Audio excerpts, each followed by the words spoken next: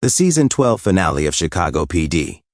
Without some tears, what would a wedding be? However, you didn't want to see the waterworks at Burzek and Ruzek's wedding on Wednesday in the Chicago P.D. season finale. The unit started tracking down the shady deputy chief on the down low after Reed said on the press that intelligence activities had been halted and that its personnel had either been moved to patrol or had their police privileges revoked. Unfortunately, all of their leads practically came to a standstill. Voight had to resort to drastic measures after the one person who could attest to Reed's shady activities was slain as he was being brought in. Chapman pleaded with Voight not to do anything that would be irreversible for them both, but it was evident that Voight had not heeded her advice when Otero's son shot and murdered Reed.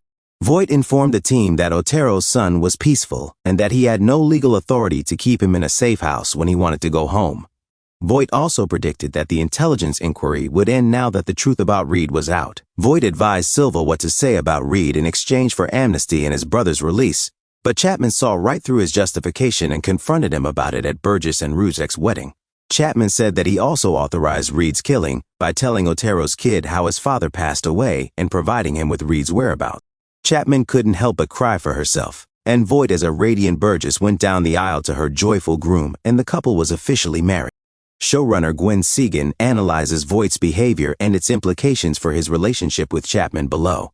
The EP also discusses the difficulties in incorporating #Burzek's wedding into the dramatic conclusion and the reasons why the couple's vows were not heard by the audience. The eagerly anticipated wedding of Burzek and Ruzek was the other major event in this episode. What did you want to achieve by incorporating these weddings into this finale?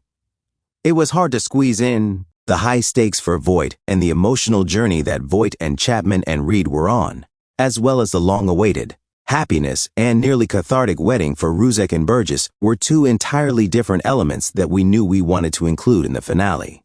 The question then became, how can we combine those two elements so that it feels like our program without seeming like we're cutting it short to go and film a wedding?